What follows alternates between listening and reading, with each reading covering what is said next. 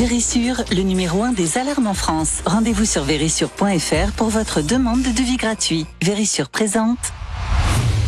Sud Radio, parlons vrai chez Bourdin, 9h-10h, Jean-Jacques Bourdin. 0826 300 300, c'est votre numéro. Vous êtes sur Sud Radio et sur Sud Radio, on vous accueille, on vous écoute évidemment. Agriculteur ou pas agriculteur, cette crise de l'agriculture vous concerne directement ou indirectement. N'hésitez pas à donner votre avis, à nous raconter ce que vous vivez actuellement. Nous avons besoin de vos témoignages, vous le savez.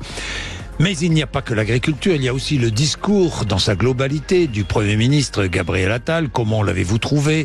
Est-ce que vous trouvez les mesures annoncées par Gabriel Attal bonnes ? Dites-nous 0826 300 300, d'autres sujets encore qui vous font réagir dans l'actualité. Vous êtes avec nous, vous avez 1 heure parce que compte tenu de la situation assez exceptionnelle que nous vivons, eh bien nous consacrons l'heure entière, 9h, 10h, à vos témoignages, à vos remarques, à vos récits. N'hésitez pas, 0826 300 300. Bien, je suis évidemment comme tous les matins avec Benjamin Glaise qui est là. Benjamin, plusieurs choses. D'abord, je crois que nous allons rejoindre l'un de nos journalistes sur le terrain. Oui, effectivement, on prend la direction de l'Assis. On est au sud de Paris avec notre reporter Clément Barguin qui est sur place. Clément, les agriculteurs qui se sont rapprochés de Rungis. Oui, des agriculteurs qui étaient à Villabé, à une quinzaine de kilomètres plus au sud, et qui ont décidé de redémarrer les tracteurs hier après-midi pour avancer en direction de Paris. Ils sont désormais positionnés ici sur l'Assis au niveau de Chilly-Mazarin, à quelques kilomètres seulement de l'aéroport d'Orly et du marché de Rungis. Leur progression a été stoppée par un barrage des forces de l'ordre appuyé de plusieurs blindés de la gendarmerie. C'est un rapport de force qui s'installe ici aux portes de Paris. Si les agriculteurs n'obtiennent pas des réponses concrètes du gouvernement, il pourrait durcir le mouvement en tentant d'avancer un peu plus encore en direction de Paris. Les agriculteurs qui en tout cas peuvent compter ici sur le soutien de nombreux automobilistes et chauffeurs routiers qui les klaxonnent copieusement sur la file d'à côté. Bien, merci. La situation, vous allez témoigner. Nous allons rejoindre plusieurs agriculteurs qui sont actuellement sur les barrages. Vous avez écouté le ministre de l'Agriculture ce matin, Marc Fesneau. Il a fait plusieurs annonces concernant la viticulture. Nous allons prendre d'ailleurs des viticulteurs d'Occitanie dans un instant, ou du Bordelais. Il a fait des annonces sur la viticulture. Il a fait des annonces aussi, notamment sur la jachère, la fameuse jachère, les 4% de terre en jachère, si j'ai bien compris. Il va à Bruxelles tout à l'heure.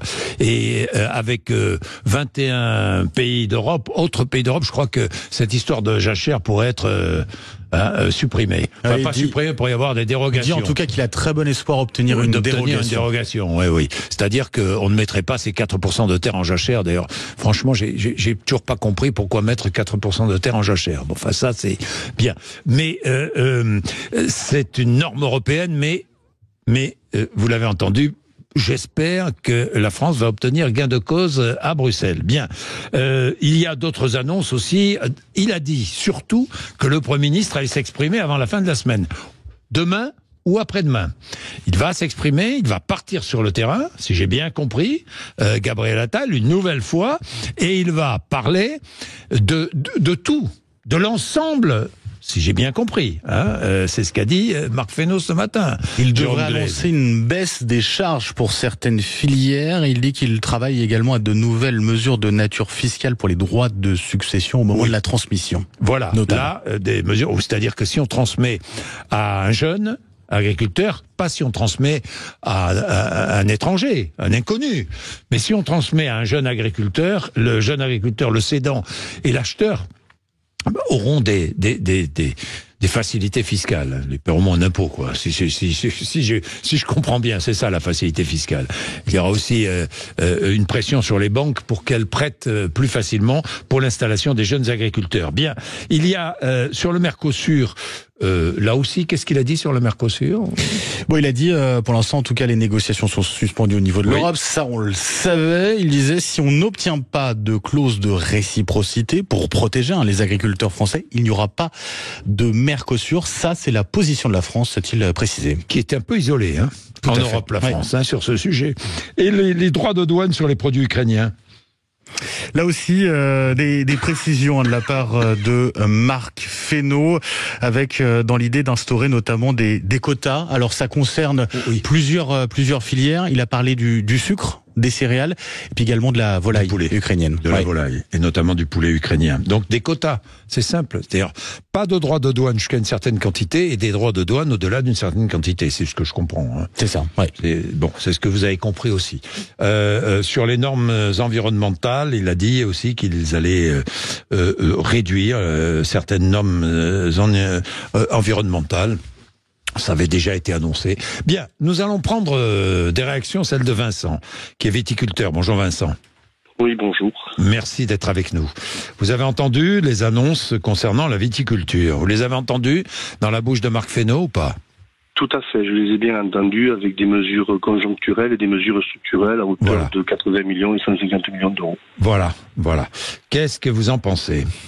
Alors, si vous voulez, de prime abord, ça peut paraître alléchant, ça répond à nos revendications. Si ce n'est qu'il faut rentrer un petit peu plus dans le détail, puisque, par exemple, sur les mesures conjoncturelles, 80 millions d'euros, si ce n'est qu'il ne faudrait pas que ce soit plafonné par les de minimis. Si c'est plafonné par les de minimis, on va se retrouver avec un plafond à 20 000 euros par exploitation. Qu'est-ce que c'est 20 000 euros à l'heure actuelle quand vous avez des structures qui sont avec des surfaces relativement importantes ? Oui.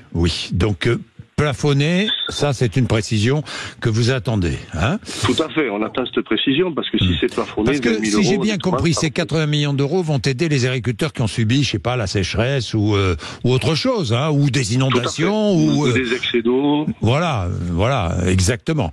Alors si j'ai bien compris, ces aides-là iront à ces agriculteurs-là. Hein, je l'ai compris comme ça également. C'est ce que j'ai compris, mais bon. En ce qui concerne les 150 millions, là, c'est autre chose. Ce serait en quelque sorte des primes à l'arrachage, hein ? Tout à fait. Ça, ce sont des mesures plus structurelles.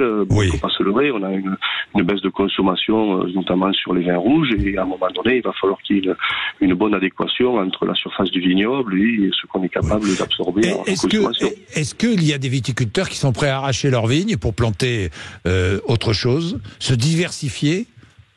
Oui, alors pas forcément en Occitanie, puisque je suis en Occitanie, mais vous avez le vignoble bordelais qui, par exemple, a été clair là-dessus, qui demande des primes d'arrachage et qui ont mis en place des systèmes où ils sont actuellement en train d'arracher. En train d'arracher, il ne faut pas se leurrer. Si jamais ça, on n'a pas des mesures suffisamment fortes actuellement sur les mesures conjoncturelles, on risque d'avoir besoin des mesures structurelles. Bien sûr. À un moment donné, quand vous avez un jeune qui vient de s'installer et qui n'a pas la capacité de payer ses approvisionnements, il va pas durer longtemps. Qu'est-ce qu'il va faire à un moment donné ? Il va faire le choix de réduire la voilure et d'arracher une partie de ses vignes.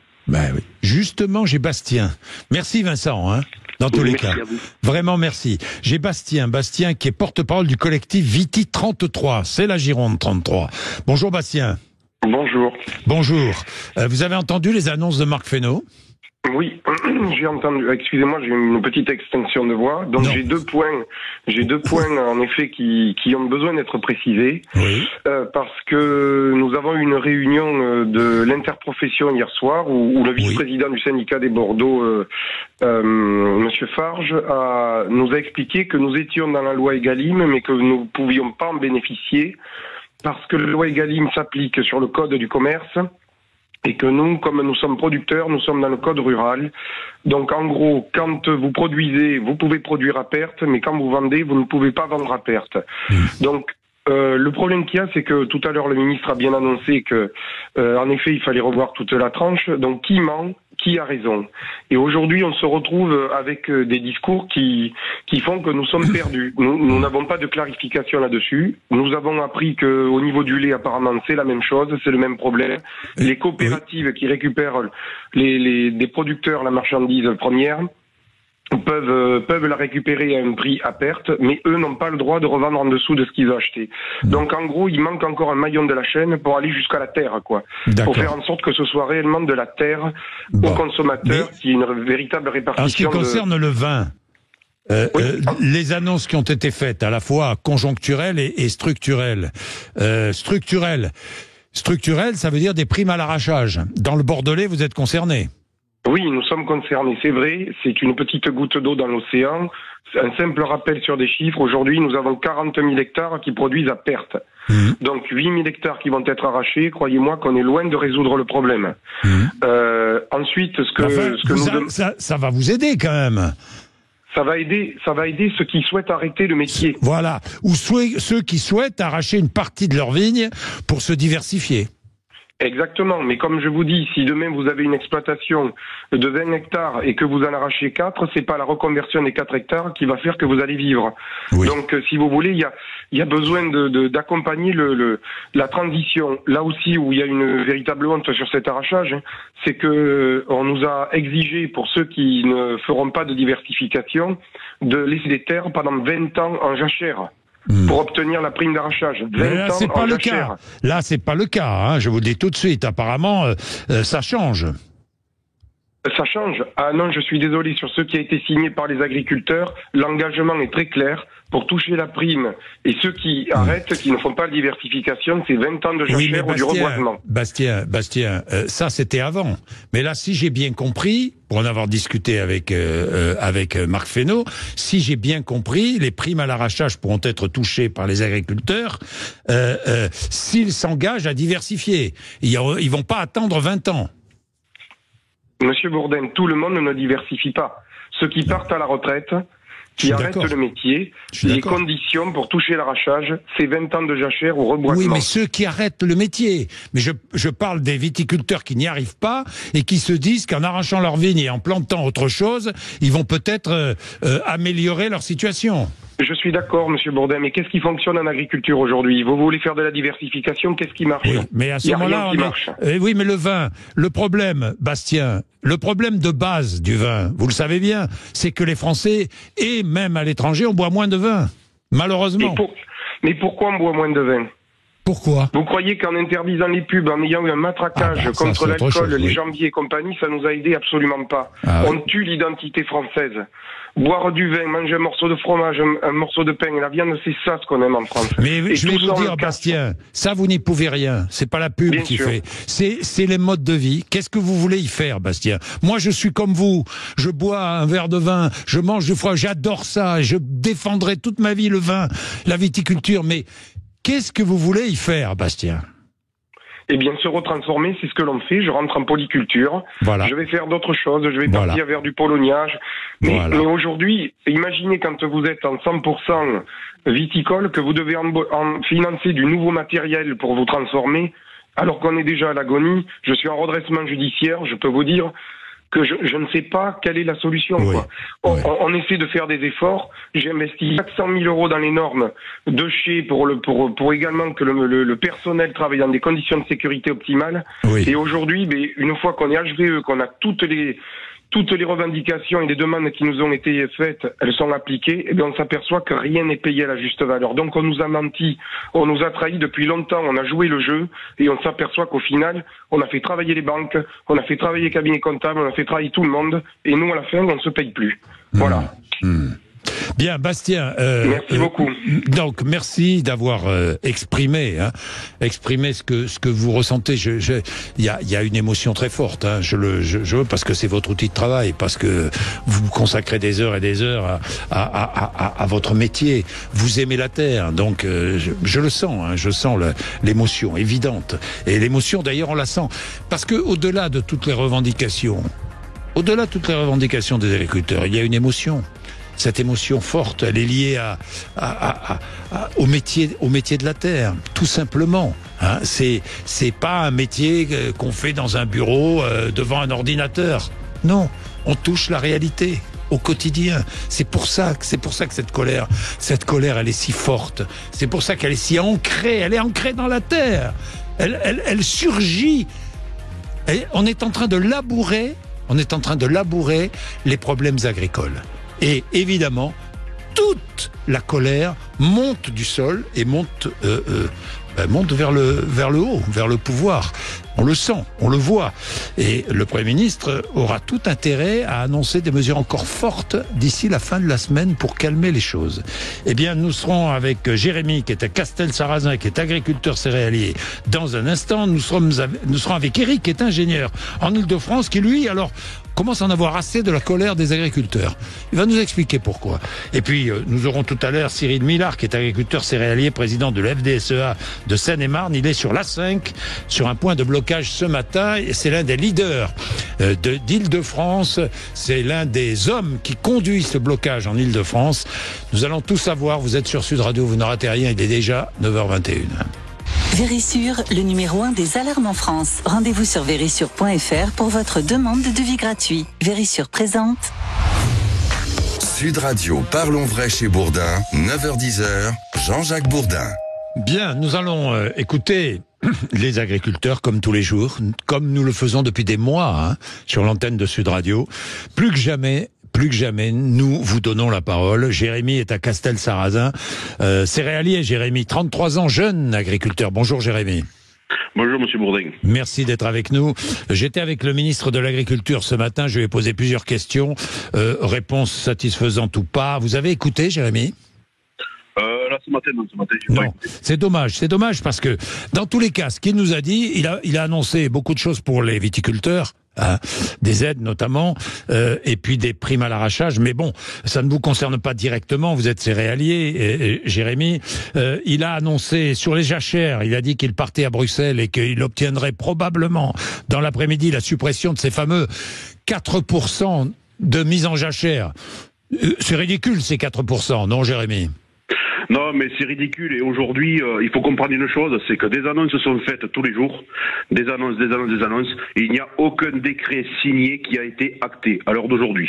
Bon, alors, voilà. Vous avez raison d'attendre... Non. Aujourd'hui, Monsieur Bourdin, s'il vous plaît, juste laissez-nous un petit peu la parole, parce que je vous écoute tous les jours, et franchement, vous êtes quelqu'un de bien, mais juste laissez-nous la parole. Alors, aujourd'hui, il n'y a rien d'acté, il n'y a rien de signé. Quand vous entendez les députés se verser 300 € de plus par mois, les sénateurs 700, oui. Et pendant qu'on est en train de manifester, vous entendez, on manifeste contre les décrets de libre-échange, et que vous avez un décret de libre-échange qui est signé avec le Chili pour 80 000 tonnes de viande, et qu'on est en train de manifester contre ça depuis des semaines. Vous savez que l'accord n'est pas ratifié. Hein. Non, mais il n'est pas ratifié, ne vous inquiétez pas, ils nous le mettent à l'envers. On va parler un sujet très simple et un exemple très simple. Pour le GNR, il y a des annonces qui ont été faites. Oui. J'ai un collègue à moi qui a fait rentrer du GNR mardi dernier. Avant les annonces.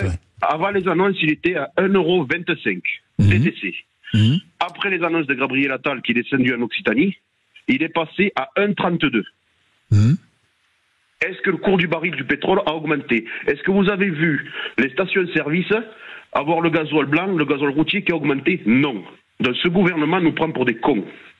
Non mais Jérémy, je vois pas comment le gouvernement pourrait influer sur le prix du gazole, là, je vois pas. Mais expliquez-moi comment ça se fait que dans toutes les stations-service, il n'y a pas eu d'augmentation de la semaine et que nous on est pris 7 centimes. Il faut quand même qu'on nous explique comment ça se fait. Ce n'est pas possible. Aujourd'hui, de toute façon, on nous fait des promesses. Ça fait 30 ans qu'on entend des promesses. Ça fait 30 ans qu'on nous dit on vous a entendu. Au jour d'aujourd'hui, on ne bougera pas. Et s'il faut qu'on monte le taux et qu'on monte à Paris, on montera à Paris.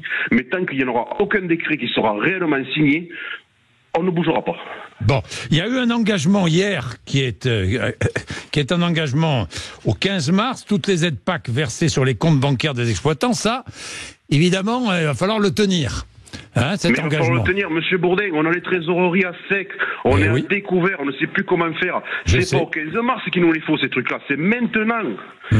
C'est maintenant. Vous voulez un exemple concret? Moi, je fais ma PAC avec un organisme, parce que c'est tellement compliqué aujourd'hui à la faire, qu'on a tellement peur de faire une erreur, qu'on paye un organisme pour nous les faire. Pour ce qui s'appelle l'éco-régime. L'éco-régime, c'est-à-dire la diversité des cultures, qu'on fasse du vert, on va dire. On va dire du vert. Et aujourd'hui, il y a une enveloppe au niveau européen qui a été votée. D'accord? C'est là où il faut comprendre que l'État nous prend pour des guignols. Cette enveloppe-là, l'État ne pensait pas que tous les agriculteurs allaient respecter ces critères-là. On est loin d'être bête, on sait travailler. On sait travailler aujourd'hui. Et bien, au jour d'aujourd'hui, tous les agriculteurs français se sont engagés et ont respecté ces critères-là. On est passé de 80 € à l'hectare d'aide, on est passé à 60. Et aujourd'hui, ils multiplient les contrôles pour essayer de nous mettre 2-3% de pénalité parce qu'ils n'ont pas le budget. Le budget n'a même pas été calculé par rapport à ça. Vous comprenez bien qu'à un moment donné, on est complètement méprisé dans notre situation. Oui, bien sûr. Non, mais bien sûr. On est complètement méprisé. Il faut arrêter. Aujourd'hui, on veut des actes concrets. On sait travailler en France. On sait faire du propre. La France a été reconnue l'agriculture la plus durable au monde. C'est vrai. Donc, à un moment donné, laissons-nous travailler. On ne demande que ça. Et surtout, vivre de notre métier. On veut une harmonisation européenne au niveau de tout ce qui est produits phytosanitaires, de tout ce qui est le mode de production, pour que tous les pays européens soient au niveau égal. Vous voyez, vous trouvez pas ça, vous, aberrant, de trouver du poulet, provenance de Brésil, qui a été congelé en 2022. Non, mais ça, on est en 2024. Mais ça, je trouve ça totalement aberrant. Mais c'est complètement fou. L'autre jour, là, hier ou avant-hier, dans notre secteur, ils ont trouvé du saumon bio de Chine. Du saumon bio de Chine. De saumon bio de Chine, monsieur Bourdin. Oui. Mais vous croyez que c'est normal, ça? Oui. Ça, et après, vous parlez d'impact mais alors, carbone, dites-moi, mais quand même, pardon, mais ce saumon bio de Chine, très bien, arrêtons-nous un peu sur ce saumon-là. Ce saumon bio de Chine, il transitait en France ou il allait être vendu en France? Et là est la question. On n'a pas réussi à avoir tous les éléments pour répondre à cette question-là, parce que justement, j'ai demandé. Mais même qu'il transite en France, s'il vient en France, il a fait le tour de la planète. Oui, ça c'est pas aberrant, ça? C'est complètement aberrant. Mais je vais vous dire. C'est pour tous les produits comme ça. Nous, ils sont en train chez nous de bloquer une base logistique. Il y a 50% minimum des camions qui rentrent. Ce sont que des produits étrangers que l'on peut produire en France. Que l'on peut produire en le France. saumon bio, c'est plus difficile, mais ça, on produit aussi. Je suis d'accord avec vous, mais on a des pays dans l'Union européenne qui sont capables aussi peut-être de faire du saumon. Oui, c'est vrai, voilà. c'est vrai. Et en accord avec toutes les réglementations européennes, mais à condition que les réglementations européennes soient les mêmes pour tout le monde. En France, il y a bien des revendeurs quand même, hein? Ah, mais monsieur Bourdin, je vais vous dire une chose. Oui. En France, quand on ne se fait pas entendre, nos agriculteurs, on parle de nous que pour le salon de l'agriculture, quand on a le président qui va caresser le cul des vaches, comme on dit. Voilà. Au jour d'aujourd'hui, comme je disais tout à l'heure, il faut une harmonisation européenne de tous les produits. Si on veut avoir une Europe forte et une Europe qui soit compétitive, il faut avoir une harmonisation, que tout le monde soit au même niveau. Alors, Jérémy, vous êtes en colère, mais vous êtes soutenu par la majorité de Français, mais il y a des Français, restez avec nous 2 minutes parce que nous allons prendre Eric qui a des questions à vous poser. Vous allez voir. Il est 9h31, à tout de suite. Vérissure, le numéro 1 des alarmes en France. Rendez-vous sur vérissure.fr pour votre demande de devis gratuit. Vérissure présente.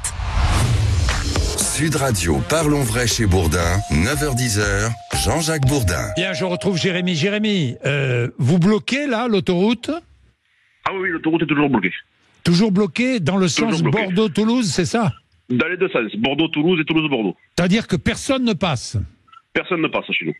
Chez vous, personne ne passe parce qu'il y a parfois des barrages bloquants, il y a parfois, enfin ça dépend des barrages filtrants, pardon, ça dépend des barrages. Hein. Mais au départ c'est ce qu'on a fait, mais vu qu'on n'est pas entendu par le gouvernement, et bien plus ça va aller, plus crescendo, plus on va taper fort, c'est tout. Bon, dites-moi, ça provoque des embouteillages, non?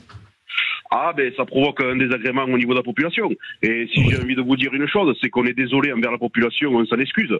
Mais il faut savoir une chose, c'est qu'on a commencé il y a déjà 3 ou 4 mois à retourner les panneaux. On a eu des rendez-vous avec les préfectures qui n'ont rien donné. On a manifesté devant les préfectures qui n'ont rien donné, préfectures départementales et régionales. Nous, entre guillemets, je vais vous dire une chose, hein, si on veut caricaturer, les préfets nous entendent, font un rapport, ça part à Matignon, ça passe à la poubelle. Voilà. Bon. Donc c'est pour ça qu'aujourd'hui, c'est malheureux à dire, on est obligé de bloquer la population, d'emmerder des gens qui travaillent. Vous vous rendez compte? Il faut qu'on aille emmerder des gens qui travaillent. On serait peut-être les premiers à râler, nous. On serait peut-être aussi les premiers à râler. Vous savez mais il n'y a que ce moyen pour se faire entendre, monsieur Bourdin. C'est pour ça qu'on a un gouvernement qui se fout de tout. Il essaye de faire pourrir le mouvement. Mais ce que ce gouvernement ne comprend pas, c'est que ce mouvement, il va pas se pourrir, il va s'intensifier. Et comme je vous dis, s'il faut qu'on monte à Paris, parce que pour eux, Paris, c'est la France. S'il faut qu'on monte là-haut, on montera là-haut. Bien, Jérémy, restez avec nous parce que vous êtes soutenu par une grande partie de la population, mais pas par toute la population. Écoutez Eric. Bonjour Eric. Bonjour. Bonjour. Alors Monsieur Bourdin, bonjour Jérémy et bonjour à tous. Oui, qu'est-ce que vous avez envie de dire Eric? Écoutez, moi je travaille dans l'industrie et bon, mais j'ai un regard avisé sur le monde agricole parce que dans ma jeunesse j'aimais beaucoup conduire les tracteurs l'été. Et ce que je constate, c'est qu'il y a quand même, et ça je voudrais le dire à Jérémy, Jérémy nous disait que, bon, il voyait qu'on importait à Rungis, bon, alors ça a vérifié les chiffres, mais 50% de produits agricoles de l'étranger. Moi, ce que j'aimerais lui dire, c'est que, moi qui connais bien les tracteurs, hein, parce que ça me passionnait, je constate qu'il y a quand même 76%, Jérémy, de tracteurs, hein, les John Deere, les Ford Newland, les Dodge qui sont importés. Alors qu'on a des très bons tracteurs qui sont fabriqués en France, notamment les Massey Ferguson à Beauvais ou les Clos. Massey Ferguson, c'est canadien quand même, non? Ah non, c'est fabriqué. Oui, mais c'est d'accord. C'est fabriqué à Beauvais, oui. C'est assemblé à Beauvais. Oui, c'est vrai, c'est assemblé à Beauvais. Donc ça, c'est quand même un chiffre qui interpelle. Hein. C'est-à-dire que ça représente. Qu'est-ce que vous voulez dire par là, Eric? Vous voulez dire que je voulais dire, c'est bien de dire qu'il faut acheter français les produits agricoles. Mais ça vaut aussi pour le machinisme. Jérémy? On est tout à fait d'accord avec ce monsieur, il n'y a pas de souci.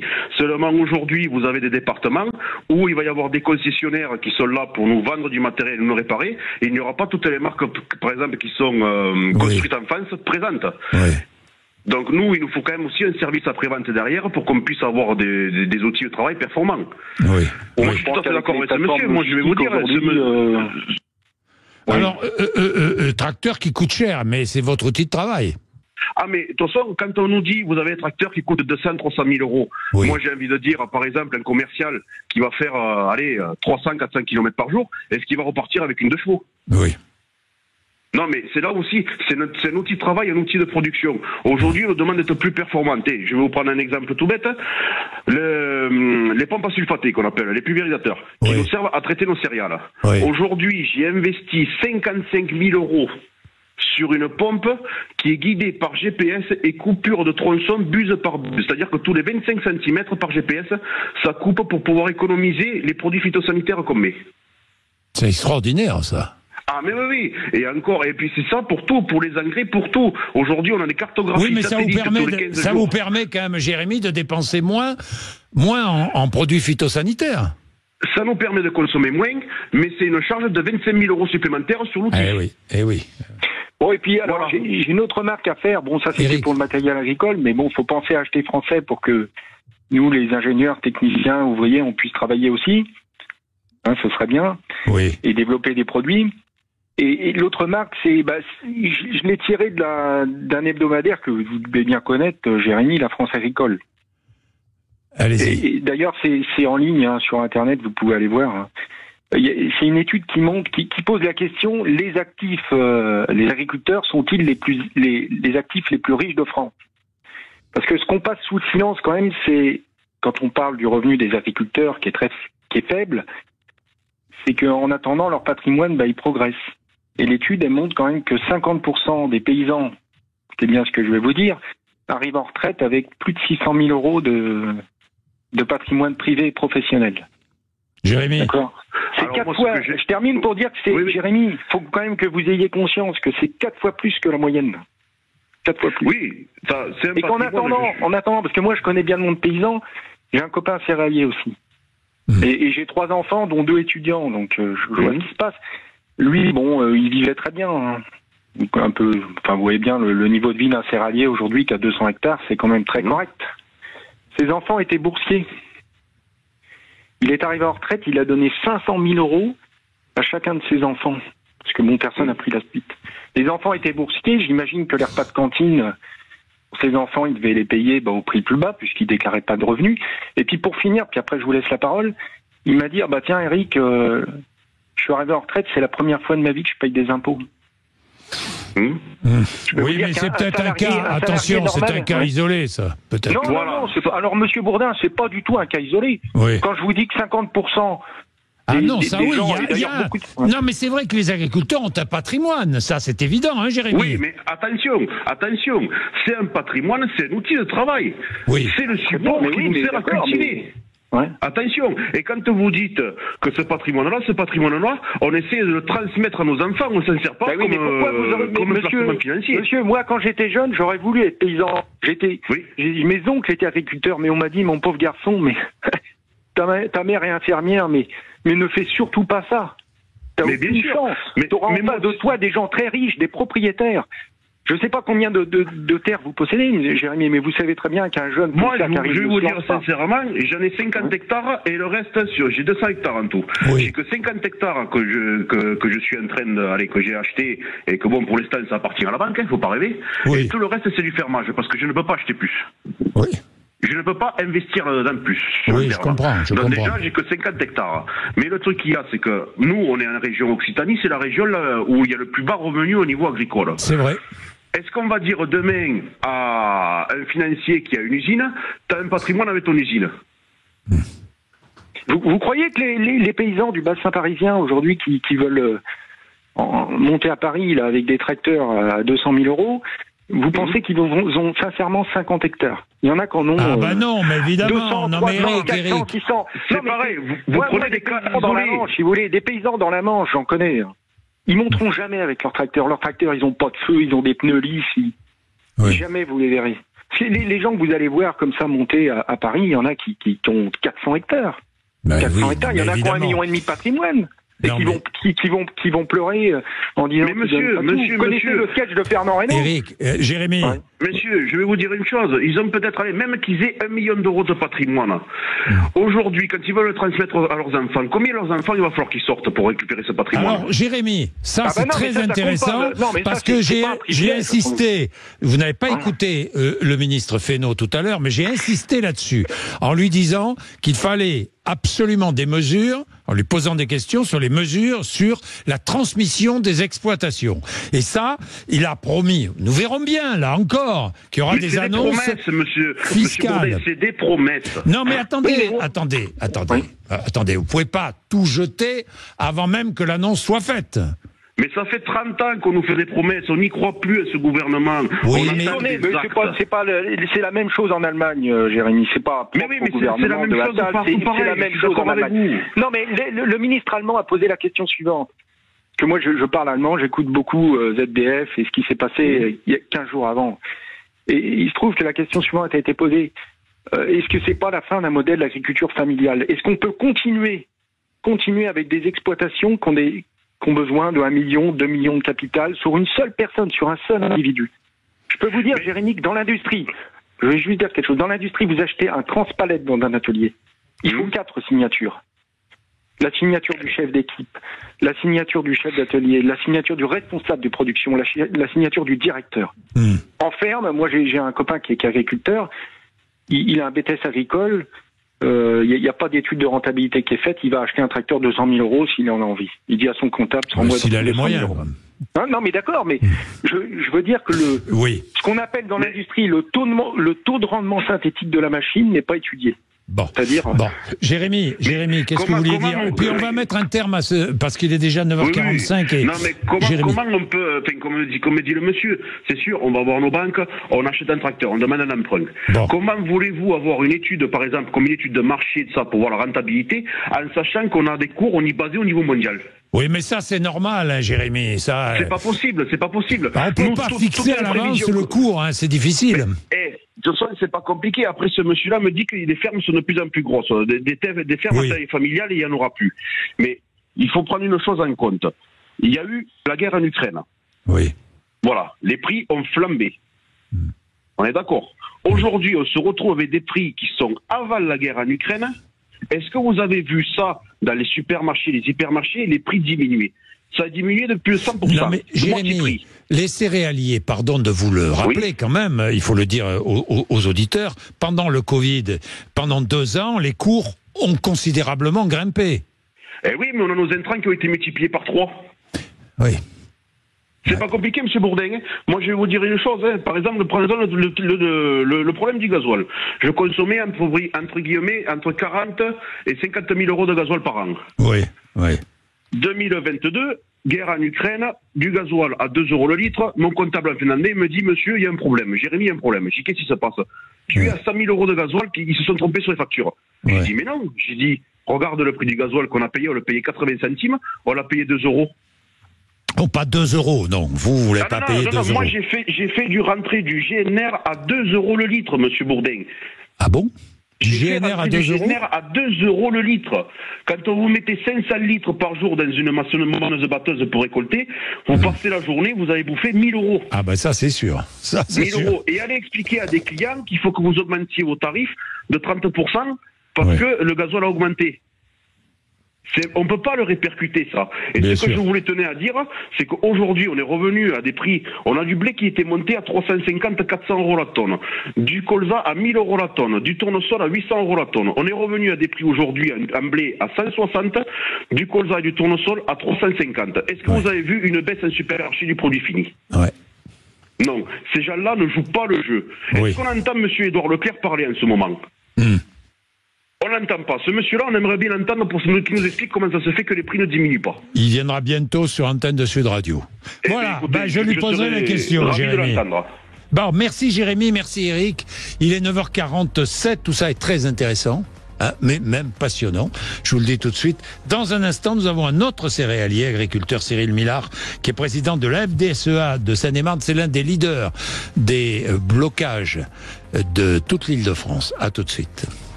Vérissure, le numéro 1 des alarmes en France. Rendez-vous sur vérissure.fr pour votre demande de devis gratuit. Vérissure présente. Sud Radio, parlons vrai chez Bourdin, 9h-10h, Jean-Jacques Bourdin. Bien, je termine en passant un coup de fil à Cyril Millard, qui est agriculteur céréalier, président de la FDSEA de Seine-et-Marne. Cyril Millard, bonjour. Bonjour, vous êtes sur la 5 là, Cyril? Oui, tout à fait. Sur le point de blocage, toujours? Oui, on est à peu près 250 tracteurs, 300 agriculteurs et on va direction la Francilienne. Direction, c'est bon à savoir pour ceux qui écoutent. Direction la Francilienne, parce que 99.9 Sud Radio en région parisienne, en Ile-de-France, c'est de plus en plus écouté et je suis très heureux de vous avoir, Cyril Millard, parce que vous êtes l'un des responsables de tout le blocage de l'Île-de-France. Vous allez aller jusqu'où?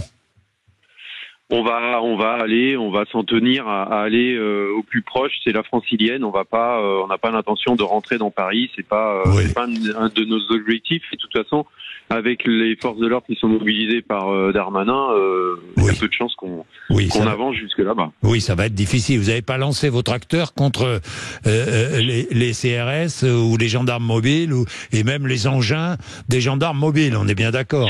Non, mais on va pas s'attaquer aux personnes et aux biens. C'est pas notre style et c'est pas maintenant que ça va commencer. Il n'y a pas de black bloc chez vous. Il n'y a pas de black bloc chez vous. Non, ça n'existe pas chez nous. Non, ils ont peur de nous, donc ils viennent pas. Mais pareil qu'il y en a qui ont essayé d'infiltrer certains barrages. Hein. J'ai entendu dire ça. Oui, mais on les repère. Donc non. D'accord. On sait les exfiltrer, il n'y a pas de problème. Bon, Cyril Millard, hier, Gabriel Attal a annoncé peu de choses, si ce n'est des aides PAC versées sur les comptes bancaires des exploitants avant le 15 mars. Bien, ça c'est une chose. Il a annoncé peu de choses. J'avais le ministre, je ne sais pas si vous l'avez écouté ce matin, de l'agriculture, Fesneau, qui était mon invité. Il a annoncé des mesures importantes pour les viticulteurs, notamment les viticulteurs du Languedoc, de Gironde, enfin tout le sud de la France et même d'ailleurs, notamment des primes à l'arrachage, et puis tous les intérêts d'emprunt, enfin une aide de 80 millions d'euros là immédiate pour les viticulteurs. Bien, ça c'est une chose. Mais il a dit aussi qu'il partait à Bruxelles pour aller négocier et il pense qu'il va obtenir la dérogation, les fameux 4% de jachère. Cyril Millard, ça c'est un point que vous demandez. Oui, écoutez, on est en train de nous faire passer de 3 à 4%. 1% de jachère pour nos exploitations, c'est 2,8 hectares en plus. On va retirer de la production. Donc moi, sur un hectare, je fais 70 à 80 000 baguettes quand je fais du blé. Ça correspond à ça. Donc 3 hectares, c'est autant de baguettes qu'on ne ferait pas en France. Et je mets ça en herbe.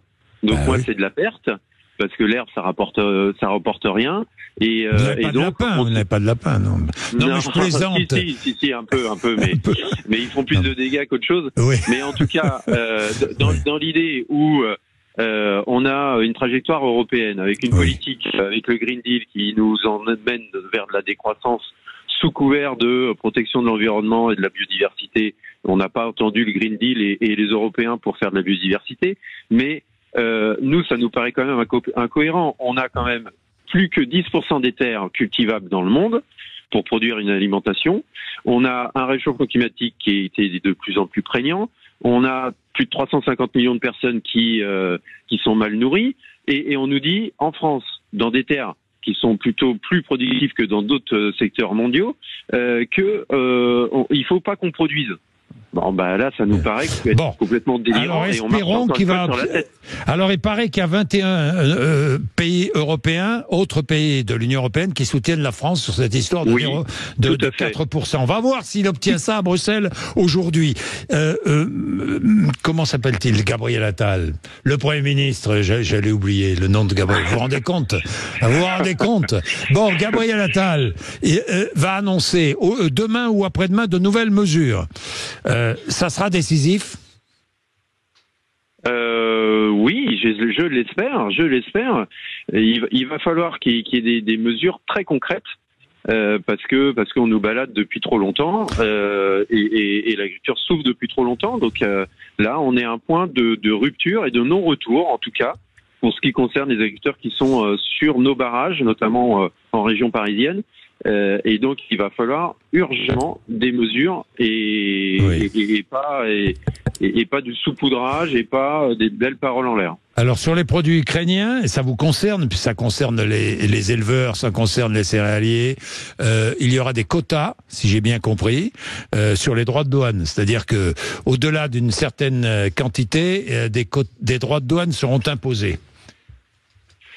Écoutez, je ne sais pas si ça va suffire. Moi, j'ai pas cette vision sur la globalité de tous les volumes qui rentrent d'Ukraine, mais c'est faramineux. Et aujourd'hui, on est en train de perdre tout un tas de marchés. Et c'est aussi pour ça que on a perdu des contrats à l'export gigantesques. Tout ça pour la solidarité ukrainienne. Donc moi, évidemment, je suis solidaire avec les Ukrainiens. Sauf que pour plomber l'agriculture française, il y a un moment, la solidarité a ses limites, quoi. Donc, on est bien d'accord qu'il va falloir remettre des droits de douane, etc. Est-ce que ça va suffire? Je n'en sais rien. Bien, merci beaucoup, Cyril Millard. On vous retrouvera évidemment. On vous retrouvera parce que c'est pas fini, loin de là. Merci de nous avoir accompagnés depuis ce matin. Ça fait 1h30. C'était passionnant, vraiment passionnant. Grâce à vous, 0826 300 300. On se retrouvera demain. Christine Bouillot et Gilles Gansman vont recevoir l'animateur Fred Musa et Laurent Bentata, directeur général de Stage Entertainment. Tout à l'heure. Sud Radio, parlons vrai chez Bourdin, 9h-10h, Jean-Jacques Bourdin. Avec Vérissure, le numéro 1 des alarmes en France. Rendez-vous sur vérissure.fr pour votre demande de devis gratuit.